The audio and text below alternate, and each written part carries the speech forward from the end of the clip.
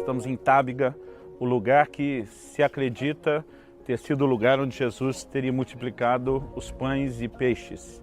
Nesse lugar tem sido venerado por muitos cristãos, dão destaque até a uma certa pedra onde Jesus teria colocado.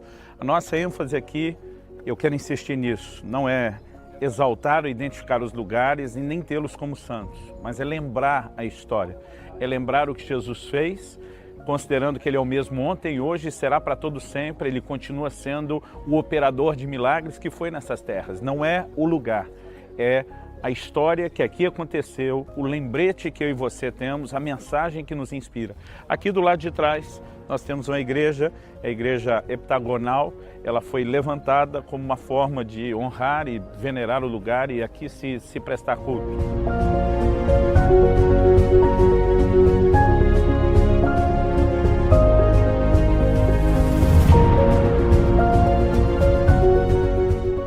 Gente, algo interessante que nós temos aqui em Tábiga é uma antiga prensa para se fazer o azeite.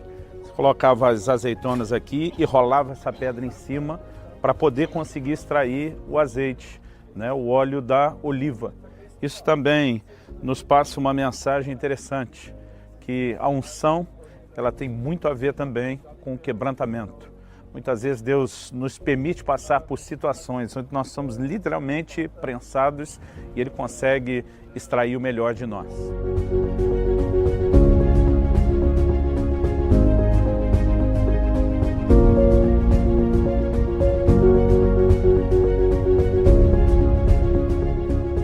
Aqui, antes de entrar na igreja, nós temos no pátio uma oliveira, que é algo muito comum aqui na região. Ali dentro nós temos a chamada Igreja da Multiplicação.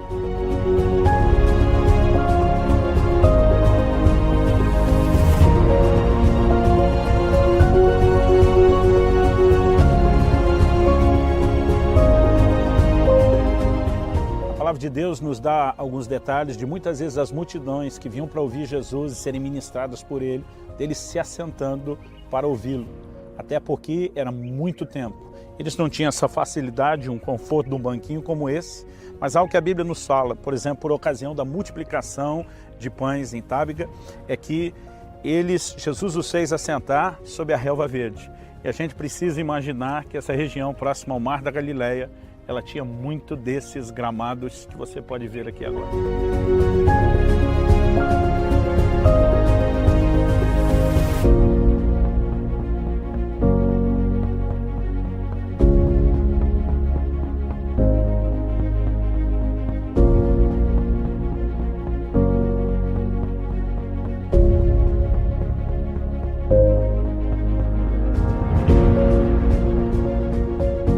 Independente de ser ou não o lugar certo e preciso onde aconteceu, algo que a gente pode dizer, se a precisão não é exata, nós estamos muito perto. O cenário não é muito diferente daquilo que o Senhor Jesus teve e lidou. E emocionante estar num lugar desse. Não acredito que ele seja mais sagrado do que outros, mas nos ajuda a ambientar-nos melhor, com uma consciência talvez mais clara do que era os cenários, as distâncias de onde Jesus falou e aonde Ele ensinou.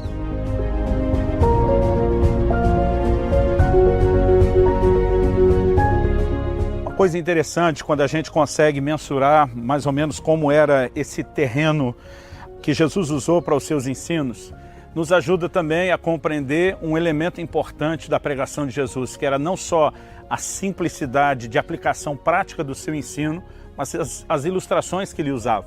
Quando ele dizia, olhe para as aves do céu, ele estava falando de um ambiente onde as pessoas conseguiam ver isso. Quando ele dizia, olhem para os lírios do campo, ele estava num ambiente onde as pessoas conseguiam ver isso. E Jesus conseguia, com uma didática extraordinária, transmitir as verdades do reino de Deus.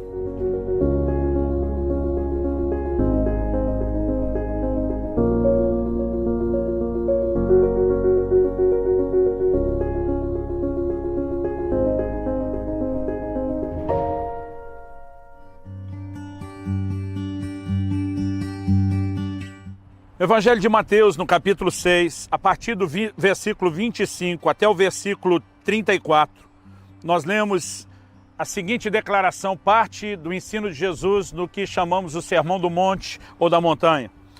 Por isso vos digo, não andeis ansiosos pela vossa vida, quanto ao que haveis de comer ou beber, nem pelo vosso corpo, quanto ao que haveis de vestir.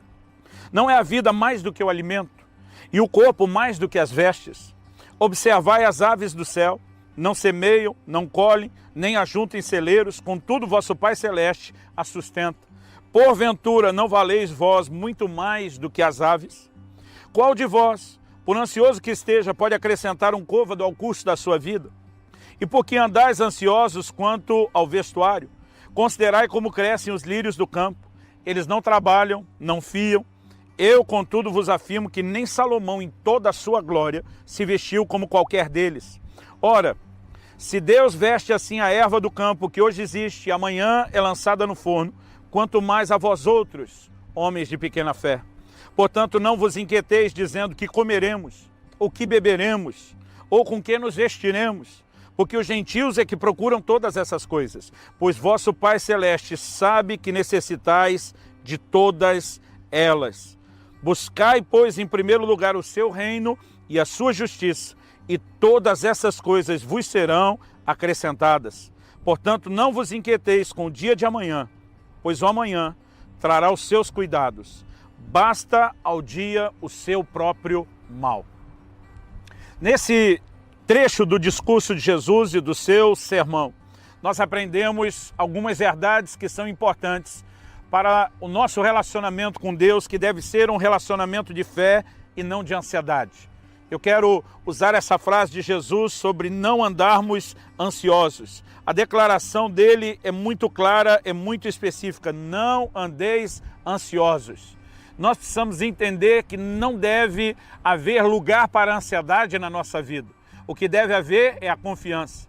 Jesus fala daqueles que estão em ansiedade e ele os relaciona como homens de pequena fé.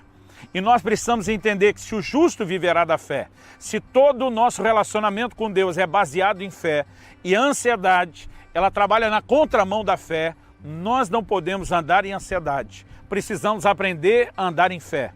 Mas para que a gente entenda essa declaração do Senhor Jesus, em primeiro lugar, nós precisamos reconhecer algumas verdades. A primeira delas é que a ansiedade ou estar ansioso não resolve absolutamente nada. O Senhor Jesus diz, qual de vocês, por mais ansioso que esteja, pode acrescentar um côvado ao curso da sua vida? O côvado era uma medida de aproximadamente meio metro. Alguns, às vezes, diziam que era a distância do cotovelo até a ponta da mão. O Senhor está dizendo, na sua jornada, na sua caminhada, sua ansiedade não vai acrescentar sequer meio metro nessa sua caminhada.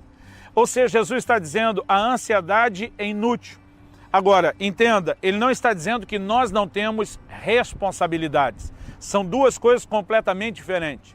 Eu posso viver consciente da minha responsabilidade sem ser oprimido pela ansiedade. Quando falo de responsabilidade é porque a palavra de Deus nos ensina a fazer a nossa parte.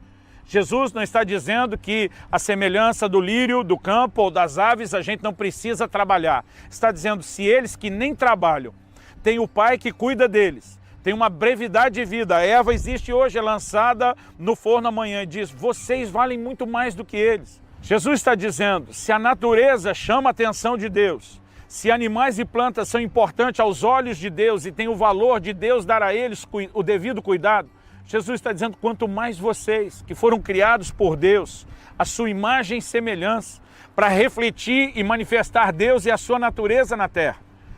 No entanto, é importante que a gente faça uma distinção. As aves não trabalham porque nunca receberam a ordem e o comissionamento de trabalhar.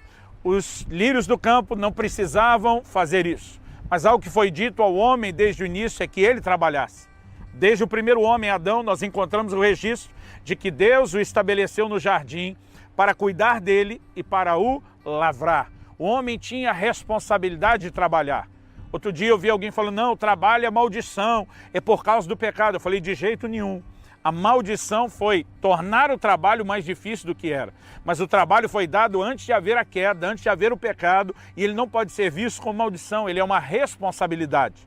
A palavra do Senhor nos declara em 1 Timóteo, no capítulo 5 e no versículo 8, que se alguém não cuida dos seus, negou a fé e é pior do que o incrédulo. O que nós aprendemos com isso é que temos responsabilidade.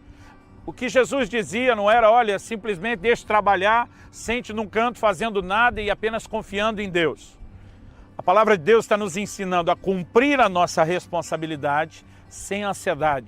Jesus está dizendo, a ave não está nem trabalhando e o Pai está alimentando. Quanto mais vocês, que além de serem importantes aos olhos de Deus, ainda estão cumprindo com a sua responsabilidade. Nós podemos viver a responsabilidade sem ter o peso ou a carga da ansiedade. Então Deus não está falando contra planejamentos, nem contra sonhos, Ele está falando da opressão, da ansiedade. Em segundo lugar, nós precisamos entender que o ato de ansiedade chama toda a responsabilidade do sustento, de alcançar